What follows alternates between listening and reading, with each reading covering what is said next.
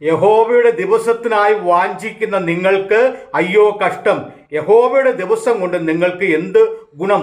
അത് വെളിച്ചമല്ല, ഇരുട്ടത്രേ. അത് ഒരുത്തൻ സിംഹത്തിന്റെ മുമ്പിൽ നിന്ന് ഓടിപ്പോയിട്ട് കരടി അവന് എതിർപ്പെടുകയോ വീട്ടിൽ ചെന്ന് കൈവച്ച് ചുമരോട് ചാരിയിട്ട് സർപ്പം അവനെ കടിക്കുകയോ ചെയ്യുന്നത് പോലെ ആകുന്നു. യഹോവയുടെ ദിവസം വെളിച്ചമല്ല, ഇരുൾ തന്നെയല്ലോ.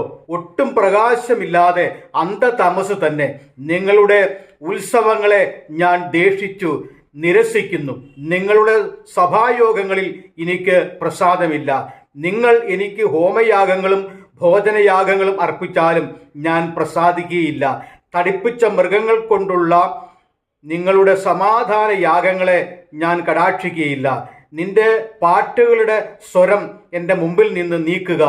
നിന്റെ വീണാനാദം ഞാൻ കേൾക്കുകയില്ല.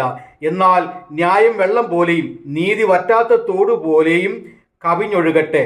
ഇസ്രായേൽ ഗൃഹമേ, നിങ്ങൾ മരുഭൂമിയിൽ എനിക്ക് 40 സംവത്സരം ഹനനയാഗങ്ങളും ഭോജനയാഗങ്ങളും അർപ്പിച്ചുവോ?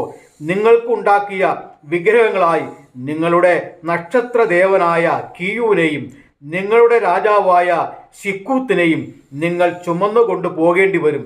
ഞാൻ നിങ്ങളെ ദമ്മേശേക്കിനപ്പുറം പ്രവാസത്തിലേക്ക് പോകുമാറാക്കും എന്ന് യഹോവ അരുളി ചെയ്യുന്നു. സൈന്യങ്ങളുടെ യഹോവ എന്നാകുന്നു അവന്റെ നാമം. ആമോസിന്റെ പ്രവചനം 5-ാം അധ്യായം 18 മുതൽ 27 വരെയുള്ള വാക്യങ്ങൾ. ദൈവത്തിന് പ്രസാദമുള്ള പ്രവൃത്തികളെ ചെയ്ത് ദൈവത്തെ പ്രസാദിപ്പിക്കുവാൻ ദൈവം നമ്മെ സഹായിക്കട്ടെ. ആമേൻ.